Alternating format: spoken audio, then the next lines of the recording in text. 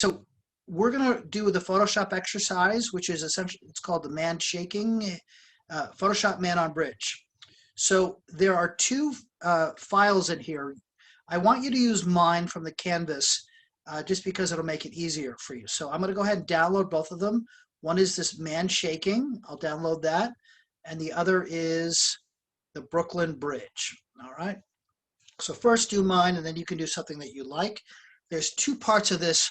One is you're going to have the man on this bridge, and then you're going to have another part of it. So what I'll do though is I'll open up, I already have Photoshop open.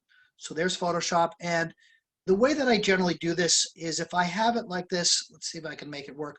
I can always go here and say show in folder and do it that way. But what I'm kind of lazy, so what I typically will do is just drag it out of here. So let me minimize this, and I'll drag this out of here and then just drop it into the into Photoshop. All right, so if you have it here, you can literally just go Brooklyn Bridge, drag it, and let's see if it works. Drop it in there, and hopefully I don't crash it.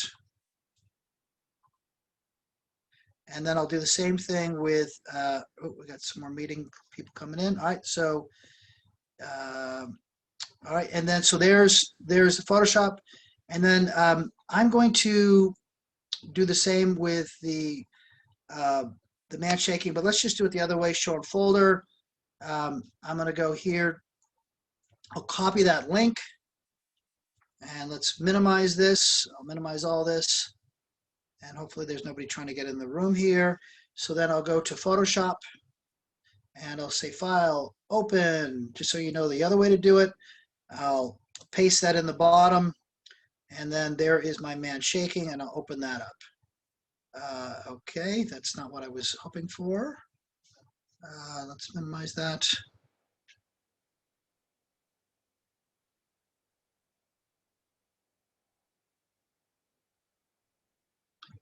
All right, so let's just drop them in there, probably easier. Do you want the man shaking inside of the Brooklyn Bridge picture? Yeah, we're going to put him in the Brooklyn Bridge. Okay. Okay. So, here's what we have. We have the Brooklyn Bridge, and we have this man shaking. So we obviously want to put him into there. So right now, if I would just place him in, we'd have this background, and we talked about what the alpha background is. So I can minimize that, and the alpha background, it's like the CMYK you'll see in Photoshop. It's usually smaller files. When you print, usually the image, the mode is CMYK, but for web-based activity, RGB is fine. But the problem is we've got this white background, and so there's a whole bunch of different ways to do it. And every time I do this, I find students tell me a different way of doing it, and I'm okay if you've got a better way of doing it. But let me just show you the way that I typically do this. And let me get this. I don't want this here. All right. So. All right, so here's my man shaking. So I'm going to zoom in on this, and I need to get rid of it. So there's something called a magic wand. If you hold it down, there's an arrow. You'll see more, right click on it. You'll see that there's more that you can do, but I want to do the magic wand. Essentially what I'm going to do, again, there's multiple ways of doing it. The problem is if I select him, I only get a part of him, and that's up here, and it does it by color. So I'm going to go ahead and select the white color is what I want to do. But I don't want the white. I can delete it, but honestly, I just want him. So what I do is I right click and I say select inverse. And so that just gives me him, right? So I'll do that again. Let's just select the inverse. Let's make sure I have the layers on that I want to. I think I'm good here. So there's lots of ways. I can also just select it and delete it.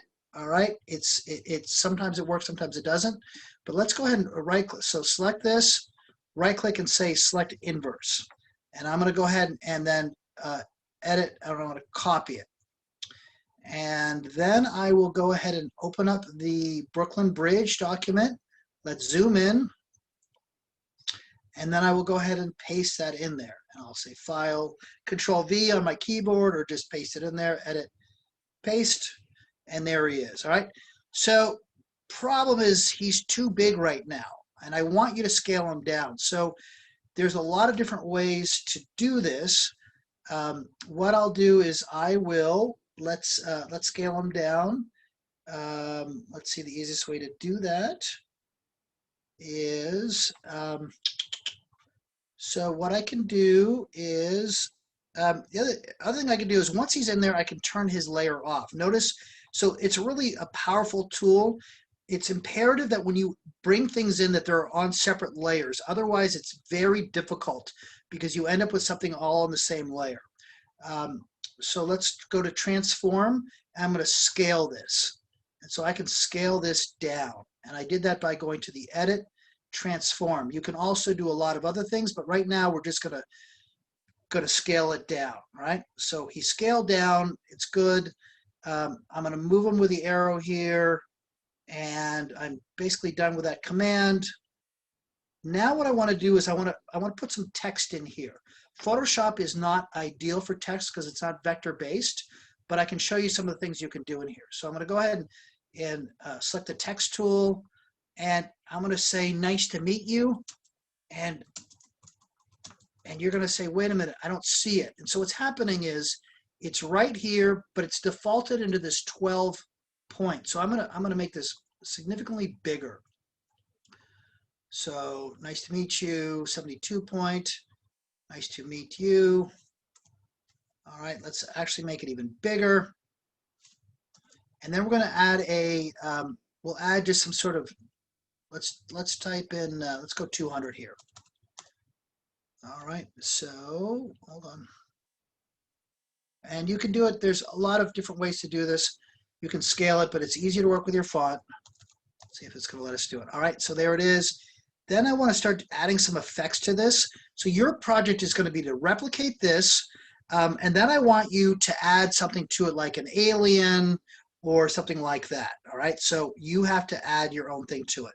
The other thing I want you to do is if you go in here, you're going to see that this FX, you can add a lot of different things, and I want you to add some special effects to this.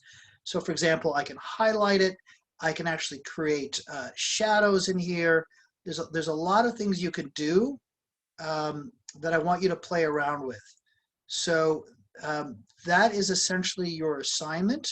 And so what I want you to do then is go to the internet, find a, once you do this, find something like an alien, and I want you to import it and put it in here.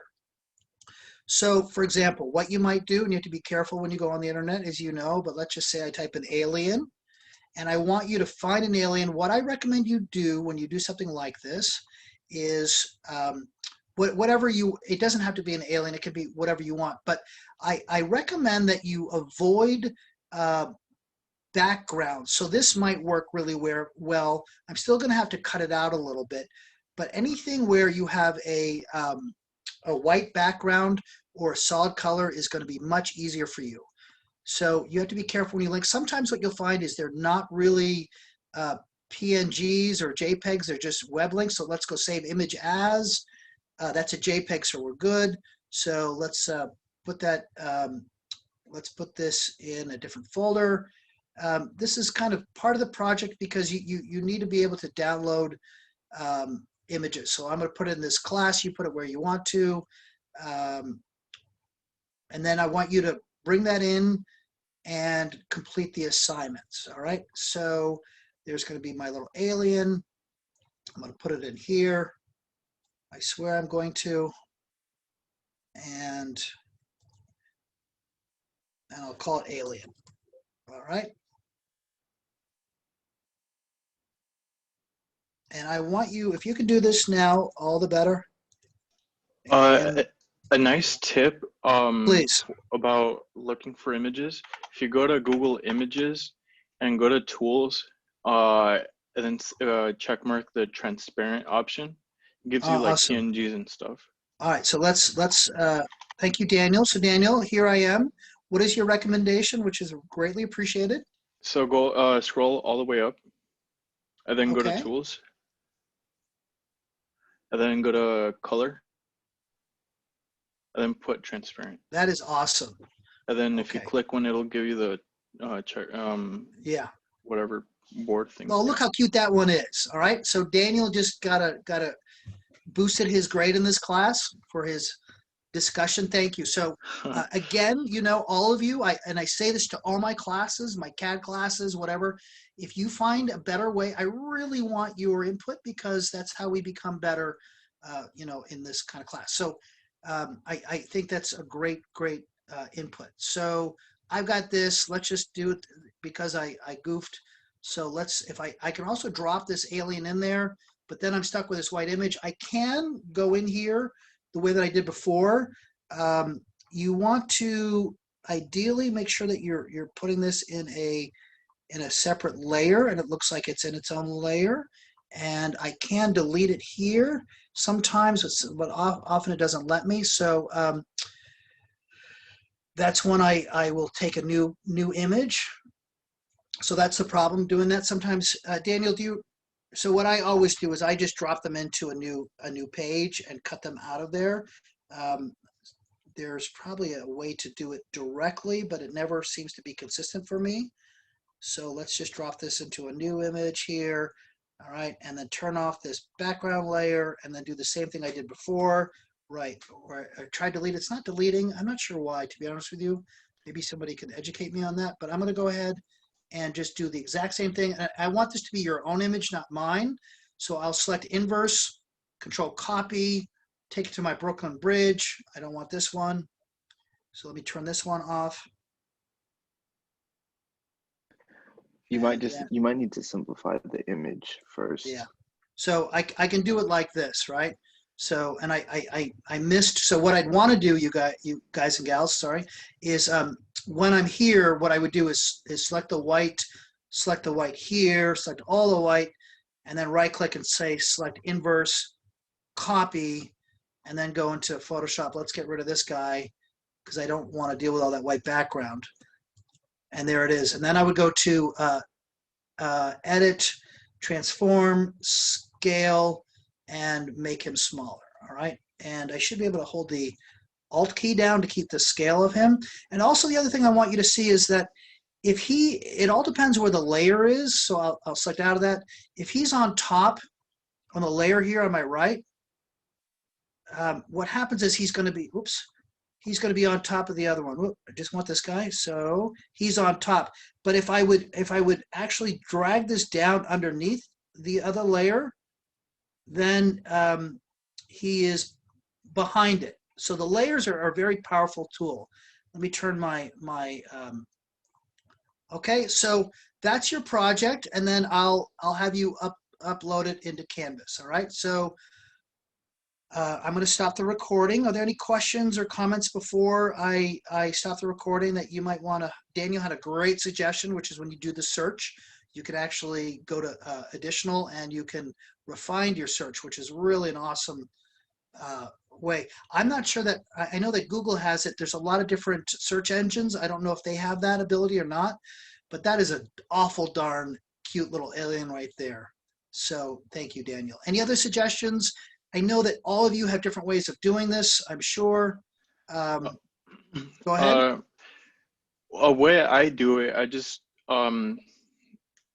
I open the image inside Photoshop, then I just press select and then select and mask.